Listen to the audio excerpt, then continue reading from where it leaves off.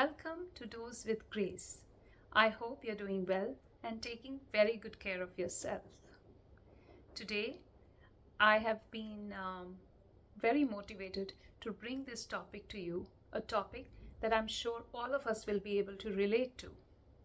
Today, in this age of information and knowledge seeking, which we all are very much enthused with, we see a lot of ads, a lot of reels, and sometimes information in the way of scripts coming to us through different mediums in media for different courses to do, and a lot of experts offer these kind of very skill-based masterclasses for us to learn from in different modalities. It can be personality development, it can be learning a language, it can be learning a modality, or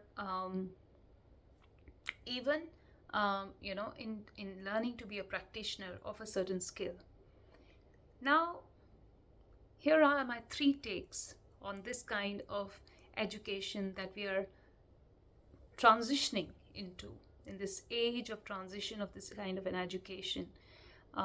After schooling, a lot of people are opting for these sort of modalities, and therefore this need for this kind of an awareness, I feel, has given me a very much motivation to share with all of you. I have observed this, and I'm glad to say that there are a lot of examples around us that when you listen to these 3 elements that I'm going to talk about, you'll be able to relate with it with your own personal experiences also that you may have encountered in your life. And do let me know if you have had any of these experiences, or you are the one who has been a person who's gone through this, because then it makes it even more interesting for us to learn as a community together. So the first and the foremost point that I want to bring across is that most of us have so much access to different modalities through online learning these days. Online learning is the new age learning in almost all factors and all sectors of life. It could be in the area of healing, it could be in the area of language learning, communications, it could be in the area of personality development, it could be in the area of learning some skill, which is lifestyle skills. And also, because since this is so easily available, there's a lot of mushrooming of the experts who do make this available through their advertising on the social media. Now, most of us would have experienced that we have registered for some of these courses, we have taken these courses, and maybe with an intention to become a practitioner, and straight away started, as soon as we got the certification from the institute or from the body that is authorized to give you a certification, we start practicing it on other people as a practitioner with a registered who's registered with a certain company. Now tell me honestly, knowledge and information, these are 2 different things. When we go for a course, we seek information. Our mind absorbs the information. We have some notes, we have some experiences, we learn from our teachers, and then it is important to apply, sit with that knowledge, take time to absorb that knowledge, understand it thoroughly, and most importantly, apply it on yourself first. Apply whatever you learn.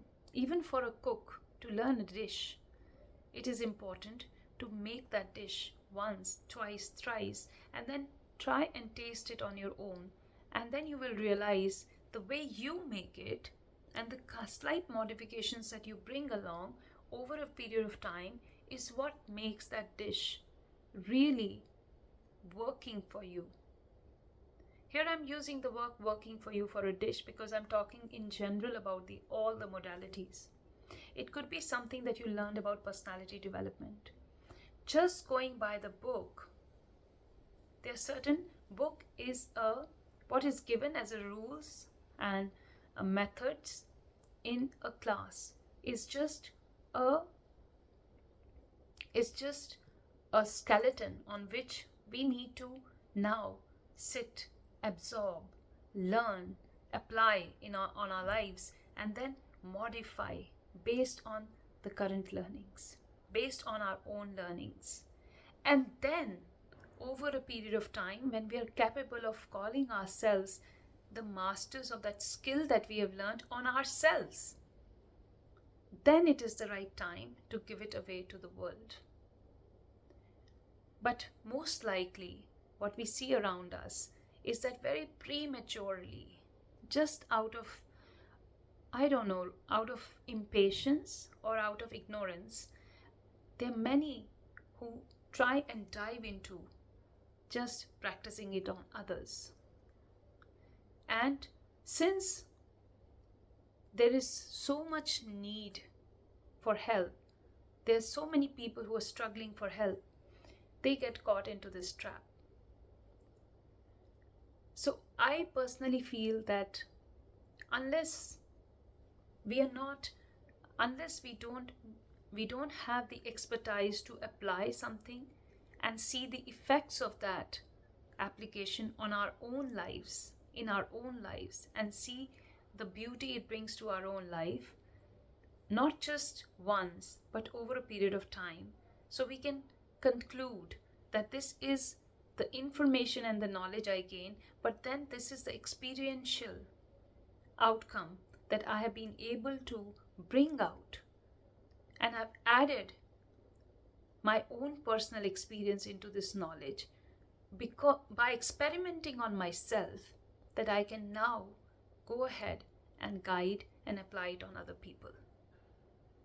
This is extremely, extremely important. So don't immediately apply the knowledge that you have learned, you have gained, or anything that you think you've become an expert in because you have a paper for it. But first understand it for yourself, absorb it into your own system, apply it into your own life, and then modify it if it works for you. And if it didn't work for you, then see where the learning was lacking. So use yourself as a dummy. And then when you have mastered it on yourself, then you apply it on others. But mostly what we are seeing in the world, it is the other way around. Most of the people who are teaching communications, their own communication is not really in the perfect, is in the space where they can be very they are able to use their own communication in the way they are teaching others. So most of the craft that we learn, we should be able to first apply, understand, and modify our own lives with. Then we become the true masters. It's like you're teaching mindfulness, but you're not mindful yourself. So always have patience. It takes time to master a skill. It takes time and it takes a lot of humility to accept that I have to still learn. I still have to learn. And then use it on others. Use your knowledge and skill on others. And it applies to almost every skill that we have. Make sure that you are your own guinea pig and not someone else, because that's the strongest way to create negative karma. And that is also not a responsible use of the information and the knowledge that you think you're gaining. That is not a very responsible use. The second point that I would like to highlight here is most of us feel that our profession, our skills, our talents are what we are. They are our identities. If I'm a great practitioner of a certain subject, I'm a great teacher of this subject, then I am that. So we associate our profession, our skills, our talents as our identities. We get so attached to them. But honestly speaking, this is the second step. This is the first one was more tangible, what you do. This one is tangible, intangible. This is where is this need to coach others coming from? It is coming from protecting that identity, that I am a coach, I am a teacher, I am a doctor, so I cure. I am a personality development or life skills facilitator, and I know how to solve problems.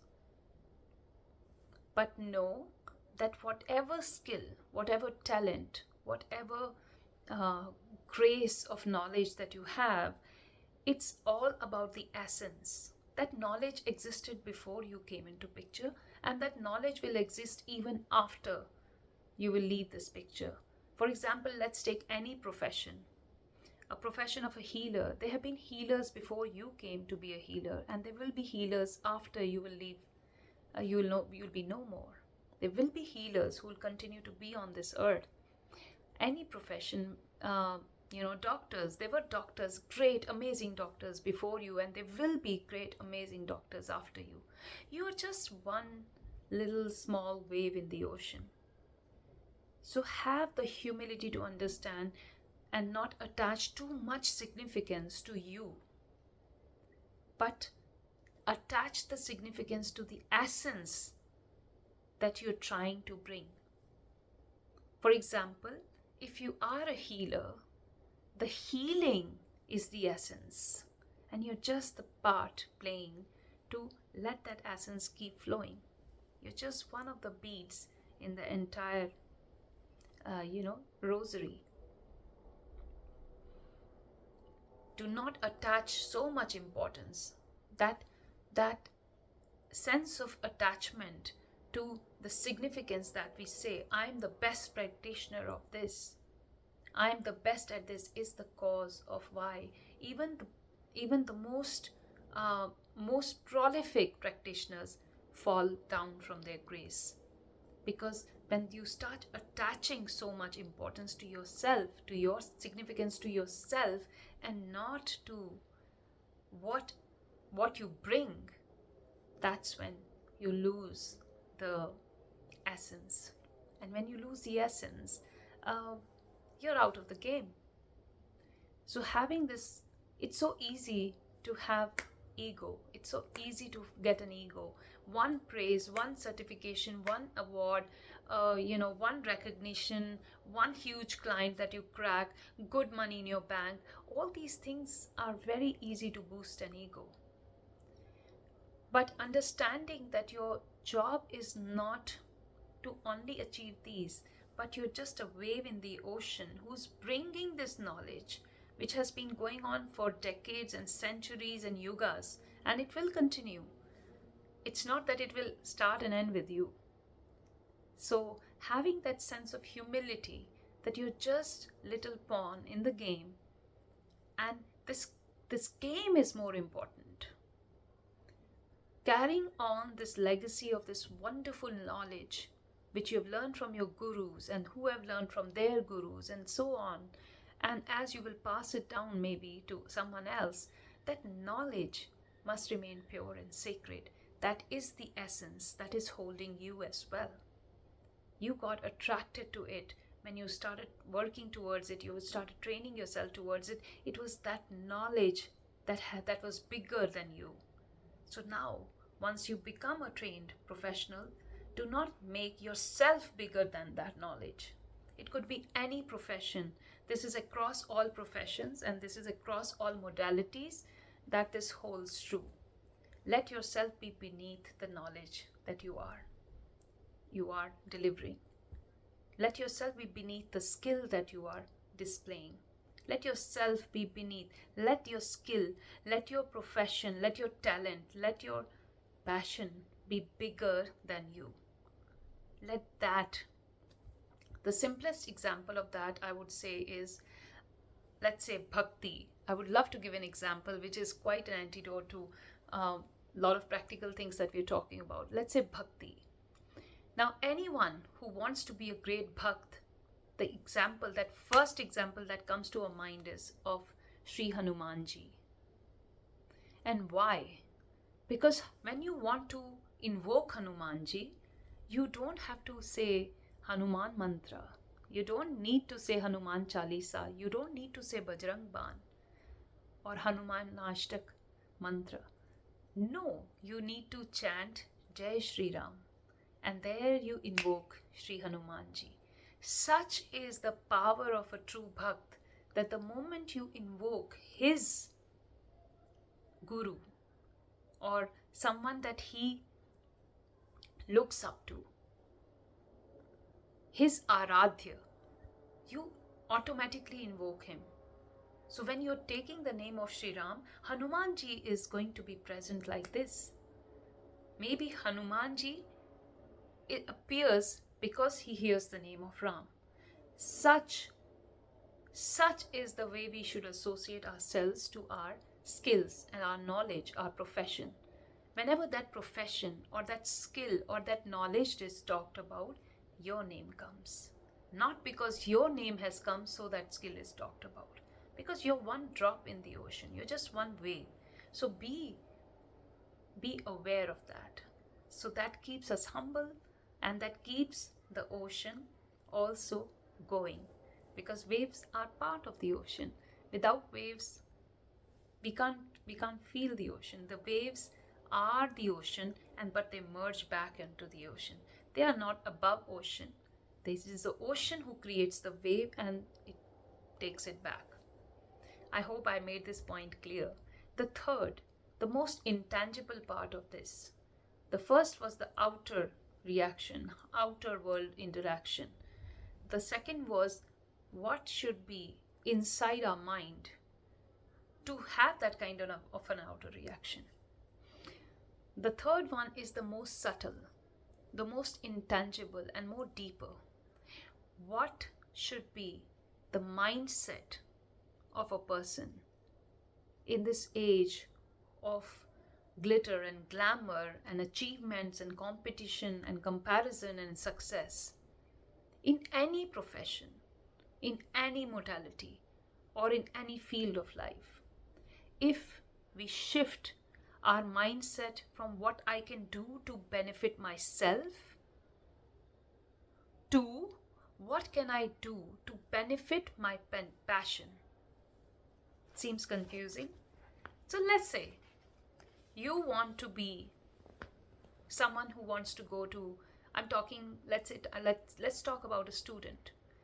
If you suppose you're a student and you want to go to a top university like Stanford, and you want to open, maybe you want to study chemistry there, so that later on in your life you can open a pharmacy and have your own lab and make a lots and lots of money. Now here the mindset is, how can I benefit myself? We have to shift this mindset to that, how can I benefit my passion? I want to bring breakthrough changes in pharmaceutical industry. I want to bring certain good quality drugs which have less side effects. And therefore, I want to join an institution that aligns with my values, that teaches me, that provides me the infrastructures, the tools, the techniques, and the right kind of teachers, guides, masters who can teach me the right kind of knowledge I need, that align with the future I want to have for my passion, which is to bring a change in the pharmaceutical industry, to create drugs into the labs that help humankind. Now, did you see here there is a subtle shift in the mind itself to from how can I benefit myself with a certain name and a status and a position versus what is my passion, identifying what is my passion, and now what can I do best to benefit my passion? Because what we, as we discussed in the point number 2, the essence is bigger than me. So what can I do to benefit that? For example, someone is a spiritual leader. So instead of saying, what can I do to benefit myself? Should I make a merchandise on my name? Should I have a big ashram on my name? Should I start coaching people? And should I be traveling all over the world so that my name is expanded? Everybody knows me as a spiritual guru. Versus, should I get the best knowledge and deliver the knowledge in the best way possible so I benefit my passion of spirituality? So I bring, as one small wave in the ocean, I bring that difference because I exist. I bring that difference to the ocean because I am. Therefore, I come with this shift of contributing to my passion, benefiting that passion, because that passion, that desire to excel in a certain field is a gift of God. So if you're born with that desire, or if you have developed a certain desire, then it is our duty to benefit that passion. When that shift comes, with that shift comes the whole perspective of what aligns with that contribution. The choice of college, the choice of learning, the choice of resources that align towards making those changes, taking those steps in that direction. All of that works towards benefiting the passion, and it's not towards benefiting me as a person. Sometimes in the first kind of thought mindset where I want to benefit myself, the passion often gets defeated. Because sometimes the passion may demand you to be smaller. It may demand you to have a lesser value to yourself. But if the ego will come in the way of telling, but here I'm getting reduced. I want to be seen more. I want to be heard more, or I want to earn more. This is not giving me the right kind of earning. It may not be giving you the right earnings. It may not be giving you the right kind of highlights, but it is developing, it is bringing more value through you into the passion that you're involved. So losing, or rather focusing on the tangible, something which is infinite, something that is infinite, and your contribution into that infinite is a far bigger contribution than your contribution into the finite, which is you. Because today you exist, tomorrow you won't. But the passion that you're involved in has not been there just because you exist. It will be there even after you cease to be.